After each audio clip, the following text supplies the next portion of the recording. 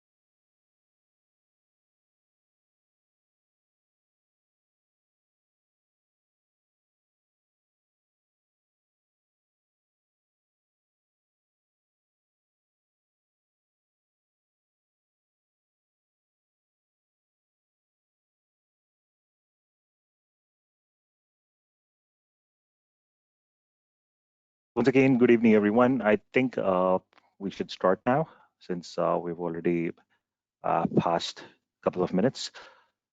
Good evening, everyone, and good morning to those who have just started the day. Hope you all are safe and sound.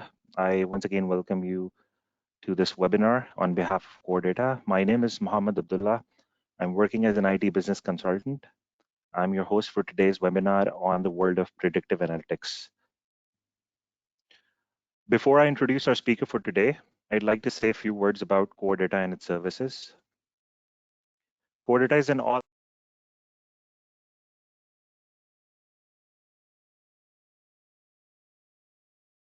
I'm sorry, can you guys hear me?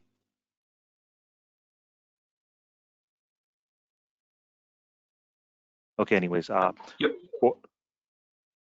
Yes, we can hear you fine. Okay, perfect, sounds good. So I was just giving a brief intro about Core Data and its services. Core Data is an all-in-one data analytics and integration company, hustling across industries like pharmaceutical, retail, biotech, and life sciences.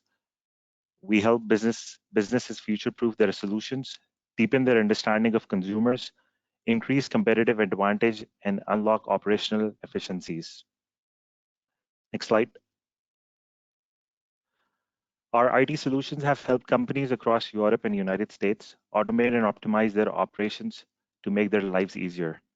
We're based in New Jersey with offshore offices in Lahore and Karachi. Next slide. We have quite a few significant partnerships. To name some, we're Microsoft Gold partners in data analytics. We are also RICI certified information security management system. Next slide. Our team consists of expertise in machine learning, data engineering, and analytics. Our services enable pharma, biotech, and device companies to making the most of their data. We ensure companies implement data-driven decision-making across their business functions, such as compliance and marketing. Now, without taking more time, I'd introduce our speaker for today, Mr. Danish Haroon. I'll give a brief intro of Danish. Danish Haroon has been a renowned name in the data analytics industry for over 7 years. He has been a part of many top organizations such as K Electric, Predictify Me, and Market IQ Inc. He is also an author of a critically acclaimed book on machine learning.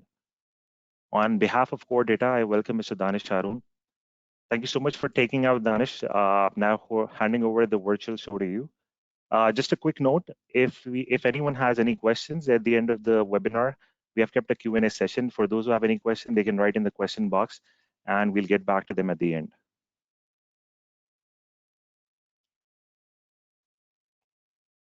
Over to you, Danish.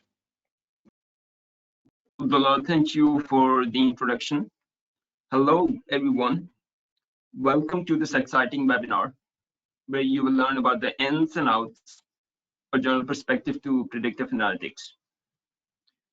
We are very fortunate to be in times like these where businesses are ready to challenge the status quo and let analytics do the talking for solving their business problems. And indeed, we are very fortunate to be in times like these where we have that much compute at our disposal to answer the questions which were a mystery before. So what to expect from this webinar? You see, when we are using data as an aid to gain more deeper insights about our business, the transformation is subject to happen in stages. And so you will learn about those stages and where does the predictive piece fits in. Then I'll use human behavior as an example to explain the nuts and bolts of predictive analytics. Then I'll shed some light on a life process, life cycle of predictive analytics. So for someone who wants to pursue his career in this domain, or for someone who plans to incorporate it in the business processes, there are some prerequisites, or we can say things to consider before moving forward. So we will talk about those as well. And then towards the end, we will talk about some of the recent developments in this arena. And we will conclude with mentions of some of the business use cases where we brought value to by means of predictive analytics. So back then, once businesses started collecting data, they began using it in their own capacity to answering questions. At first, they were able to answer questions like, by means of this data, what happened in the past? Was it good? Was it bad? And this they were able to do by simple aggregations, be it the sum, an average, or a median. But what they lacked was the capability to learn the causes, or say reasons, which led to those outcomes. Then the next wave came in, which enabled them to drill down for deeper insights, finding out relationships, and learn about the innate trends and seasonalities. By this, they were now able to deduce the reasons which led to those outcomes. And so by means of these descriptive and diagnostic analysis, they were able to use this historical data, the behaviors and distributions within those, and thanks to the compute which was now available, to sneak peek into the future, or in other words, were now able to calculate the likelihoods of uncertain outcomes that might happen in the future. What came next was even more fascinating. Machines have now become smart enough to provide recommendations that are tailored to your needs while keeping the overarching business objectives and future outlook in mind. So we as humans use our experiences to learn and to move forward, right? And so many times we are in a situation where we need to decide between two choices, with one of them being relatively better than the other. Some of the times we take the right choices and some of the times we don't, right? And on the basis of these choices or outcomes, we as humans mature in our decision-making skills. And moving forward, start making even better choices. A child usually relies on the decision support system of his elders, right? And the reason being that the decision-making skills, model, or we can say its signature of elders is relatively more mature enough. But as the age of that child progresses over the years, he might be exposed to some new situations and experiences. And it might be that his elders didn't go through the same experiences. If that's the case, then their decision support system might recommend choices that might underfit. Thus, in that situation, if you take decisions on the basis of those recommendations, then the outcome might not be in your favor.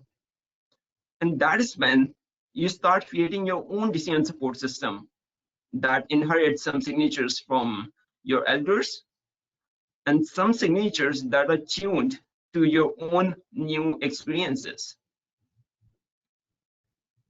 And that is precisely how predictive analytics works. It uses the previous experiences, inner distributions, and behaviors within the past to find out the likelihood of what the future beholds.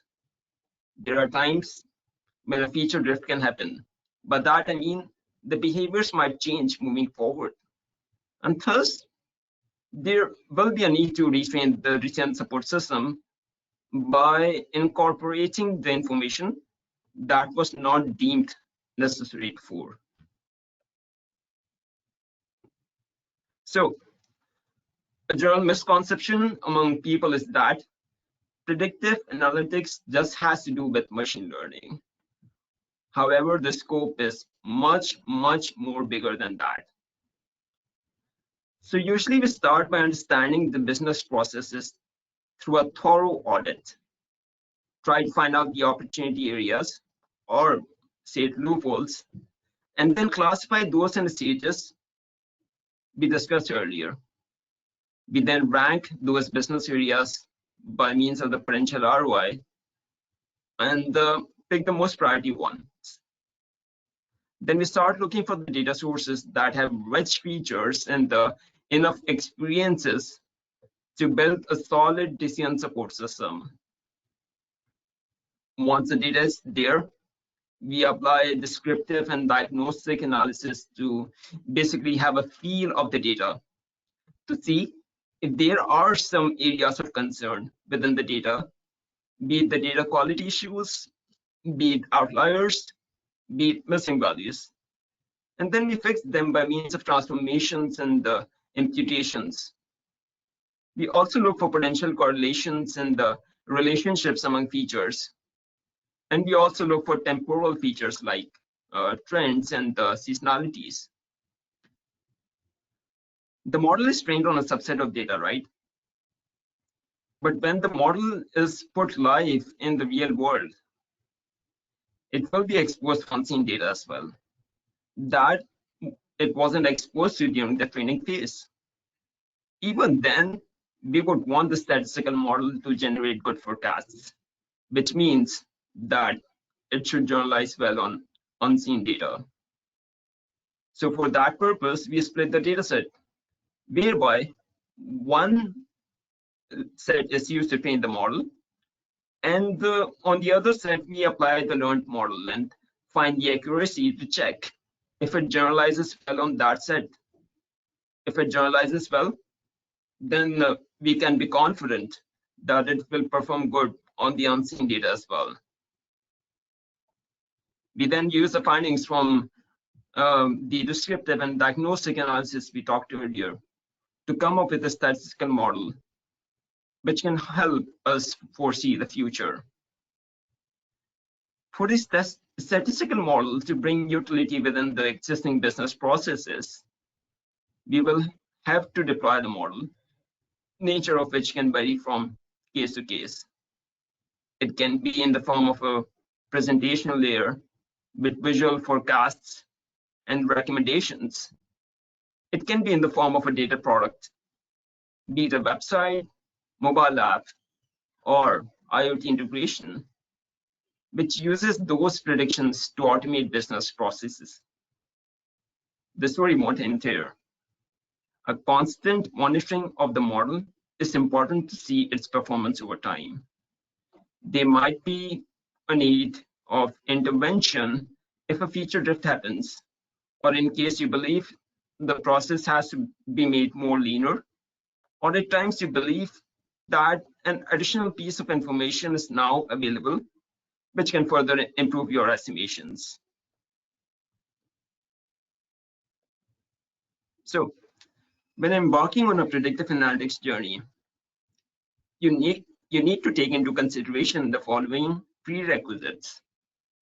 The problem in reference should align with the overarching corporate strategy, and that problem should have a sizable anticipated ROI. Now, the change management side of things is pretty crucial on two fronts. So one front has to do with when you're trying to understand the processes and gather the business requirements. So these requirements will be shared to you by the business users, right? And it is on him the amount of information he would want to share with you. For that, it's important that you make him realize that you are there to help him and share the vision with him as you see it. As soon as he realizes that he has stakes in this initiative too, the sense of security will vanish, right? And he will go beyond bounds to help you. If you avoid it, then there are chances that your solution might not be a business fit, and thus no utility will be generated out of it. So change management is also important and crucial when the statistical model is developed. And you pivot your processes such that you will now be incorporating the feeds from that statistical model for decision making. If change, be it process re-engineering or reliance on those recommendations, if those changes are too abrupt, then there are chances that they might come a mass resistance from the business users. They might either not use it or try to look for shortcuts to bypass it. Therefore, a better practice is to approach that ideal goal in baby steps to make the business users susceptible to change and climb to a next level of maturity only when you believe that they have reached a good degree of comfort in the earlier stage. Therefore, as much as it's important to have high accuracy models, it's also important that your solution is a business fit and generates utility. Finally, there can be times whereby the statistical model predicts something or generates recommendations that you as a business user might not deem good. This can be because the model is not 100% accurate and might not generate the right insights all the time. But it can be that the model foresees something that is right and is contrary to your understanding. Hence, it is essential that you give those recommendations a due consideration. That's because if the model is 90% accurate, then 9 out of 10 times what it says is right. So data quality is very crucial, such that if there are missing values, there are outliers, data types are not consistent due to lack of validation checks on data input, then obviously that would mean that either you miss a major proportion of the data, or it can be that the transformations or imputations make the distributions deviate away from the true representation. And so it's rightly said that a machine learning engineer has to spend 80% of his time in activities like data wrangling, visualization, and transformations. Our world works in a cause and effect relationship, right? There are numerous factors responsible for every event that occurs. The data you use to train your model should account for as many relevant features as possible to help model the business processes. There can be instances where you might have to consider data from public sources to help bring you closer to the true distribution. However, high number of features would mean that the problem complexity will increase, something that is called curse of dimensionality. Hence, it's important to only use the features which have a strong influence on the target variable and remove or combine localized features. We talked earlier about feature drifts that can come after the model is put live on production. However, there can be cases where your training data has feature drift too. If the case be, you might either use only the recent behaviors or model those behavior changes to help your model survive even in the presence of feature drifts.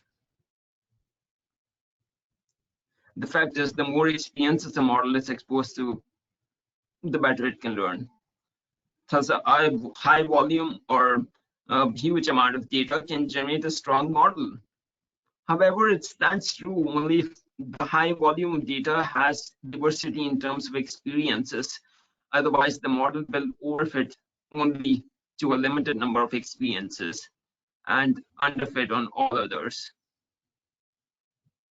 So when we say something should be deterministic, we mean that for a given set of inputs, it should always come up with the same output, right? When benchmarking different statistical models, training an existing statistical model, or when collaborating in teams, it is essential that the model should be reproducible, such that the results you report can be regenerated again. The tip here is to set the random seed to a fixed value so that it always starts from the same point in the error space.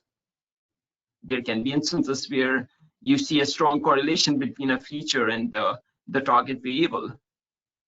But before using that, you should also verify if that feature is available for the future time horizon on which you are planning to generate the forecast for. If not, then it's better to forego that feature, as it will be beneficial during the training time, but can't help you generate forecasts for the future outlook. From problem to problem, your accuracy benchmarks might vary. These benchmarks should match or exceed the current best practice. One should start with simple statistical models and only if need be, attempt towards a more complex model. However, complexity is directly proportional to compute and you can say inversely proportional to efficiency. Therefore, one should keep in mind the available compute and frequency of requests during runtime before moving to a more complex model. And for sure, it goes without saying, if a tried and tested out-of-the-box service is available that can cater to your business needs, then it's better to use it rather than recreate the wheel all over again from scratch. This will save you time and would mean that you won't have to worry about data sourcing, cleaning, and compute for model training purposes.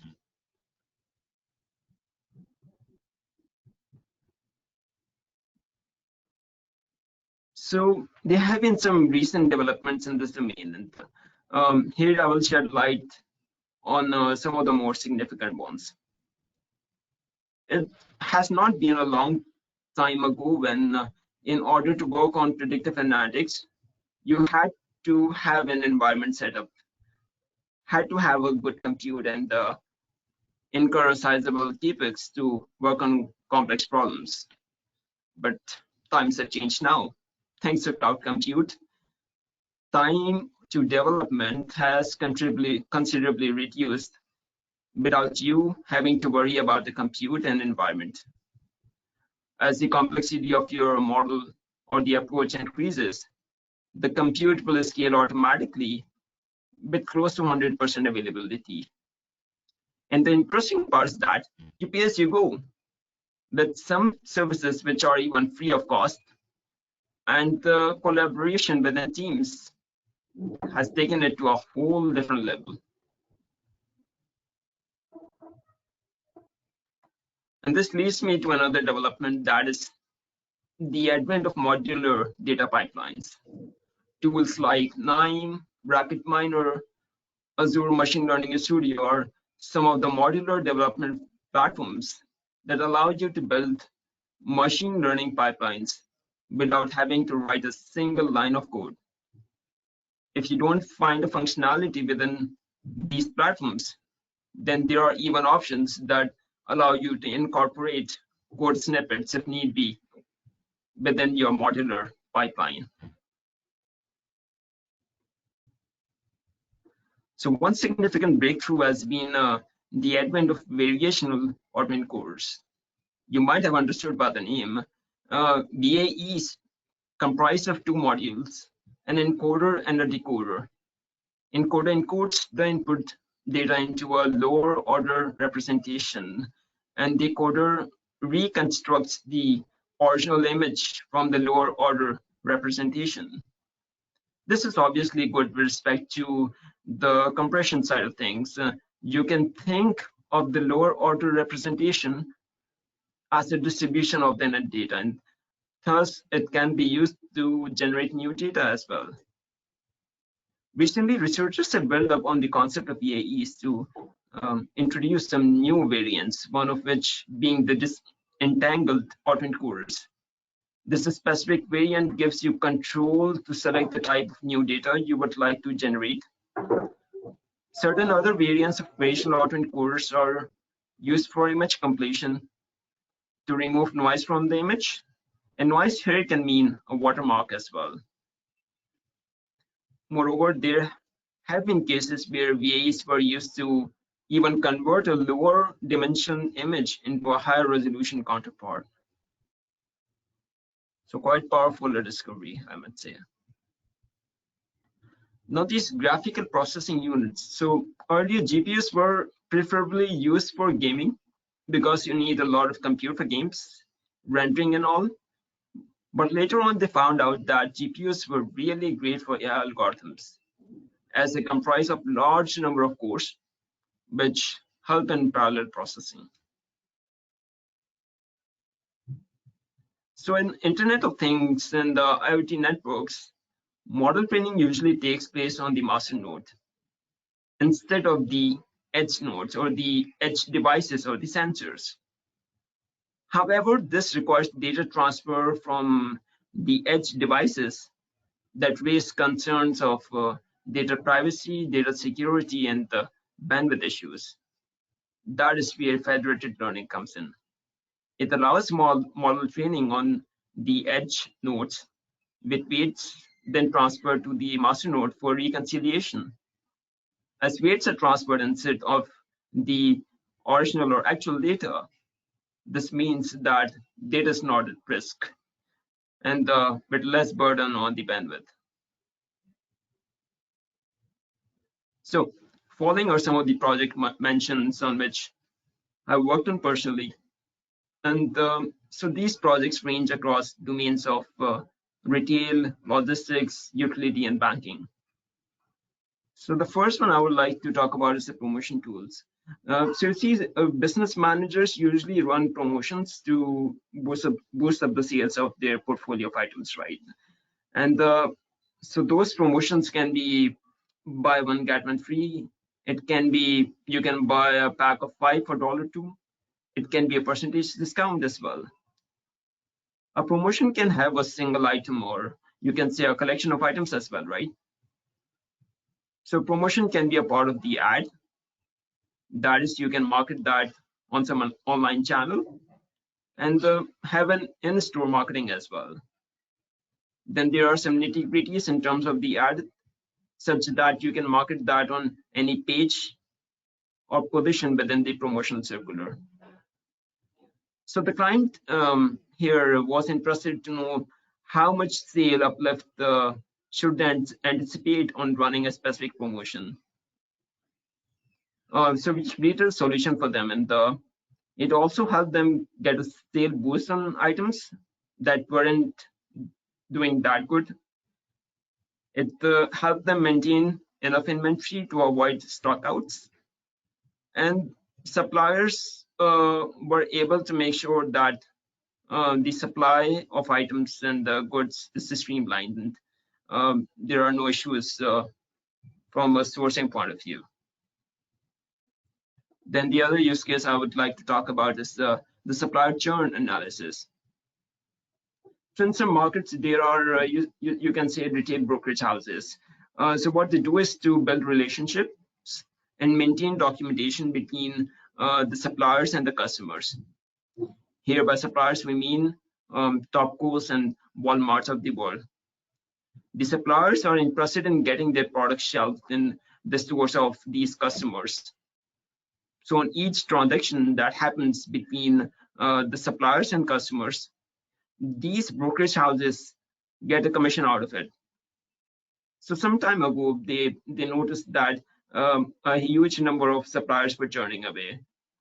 And upon investigation, they found that it was primarily due to less number of orders from the customers, right? Hence, in order to avoid further damage, they went towards a more proactive approach to forecast the anticipated sales of each of their suppliers. And so this helped them take necessary steps to ensure the retention of suppliers. So there's this utility company is there in one of the largest metropolitan cities of the world. The utility is faced with the problem of electric power theft, whereby customers bypass their meters by unlawfully fetching power from nearby feeders. This means that the true consumption won't be reflected in the utility bills, and the utility company has to be at a loss. So we helped them by creating customer profiles to answer questions like which customer will incur theft in the future and in what point in time. And so this enabled them to perform targeted site inspections to reduce the distribution losses.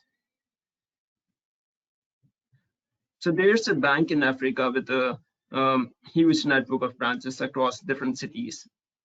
So within each branch, they have designated counters for different types of services. So many times they faced the problem whereby some counters were crowded and the others were underutilized. This meant that customers on some counters had to wait for a long time for their turn to come, whereas there's idle staff on the other ones. So we created a solution for them to let them know in advance how much traffic on each service should they anticipate on a per hourly basis. This helps them reallocate the resources on runtime to reduce the waiting time and ensure that the customer experience improves over time. So for the same utility company we talked about earlier, they have a team of meter readers who visit the customer premises on a monthly basis to fetch the meter readings. This means that they punch in the consumption information within their smart devices and take the snapshot of that meter as a proof. This data is then sent to the central server and is screened by data processing officers who are overwhelmed by the volume of data they need to go through. So the solution was a deep model which automated the screening process, and it only exposed the data for screening on which it wasn't sure about. And so this decreased their workload by 33%. So I hope you gained a fresh perspective from the session. Abdullah, over to you for the closing remarks. Thank you so much, Danish. It was indeed a very full of knowledge session. We take questions now. If anyone has any question, they can either ask them or write in the comment box and we'd be able to answer them. We'll wait for a minute. If anyone has any question, they can post it right there and we'll be more than happy to answer.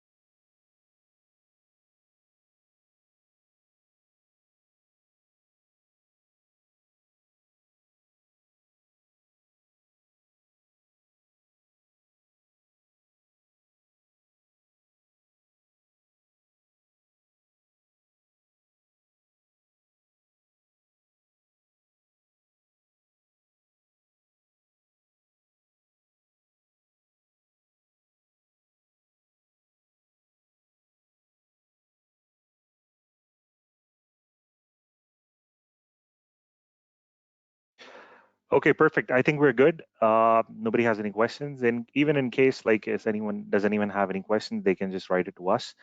And thank you so much for taking part. Thank you so much for participating in this webinar. And we're like more than happy in the future as well. If anyone wants to write to us, they have their email addresses. They can just write to us. Thank you so much, everyone. Have a good one and stay safe. Danish, one quick remark from Shahan. The question is, what analytic skills are essential for the industry use cases you cited? Yeah, so obviously the skills are subject to use case, you see, and so usually the skills that are required, for sure, you need to know about how to slice and dice in the data, how to source the data, and how to like clean the data, apply transformations on that. And obviously you should also know that how to apply the algorithms, what to do when with respect to which data, what steps should you take. And then towards the end, you should able to foresee as well that how can I generate the utility by means of the algorithm or by means of the solution I've developed, right? And so you need to look from end to end, and you should have the capability as well. So that you should know about from the sourcing point of view to the algorithm point of view, and all the way to the presentation view as well. You should know that, okay, if I need to go about creating this visualization, you should be able to model that, you should be able to wireframe that, you should be able to communicate that to the business and get this on that. So obviously it has to be an end-to-end cycle. You should know from the start all the way to the end. And so for that, it's important that you should have a know-how at least, and you should have a fair amount of hands-on experience on that, so that you can help the business users as well, and so that you can delegate the requirement to the respective teams as well, to like create the project and to basically generate the utility by means of putting that into production.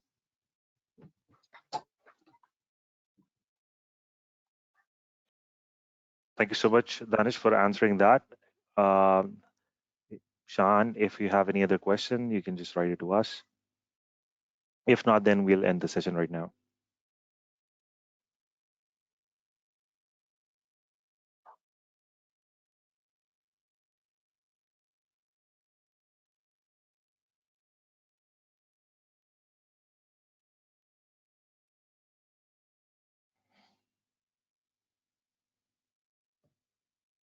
Okay, I think we're good.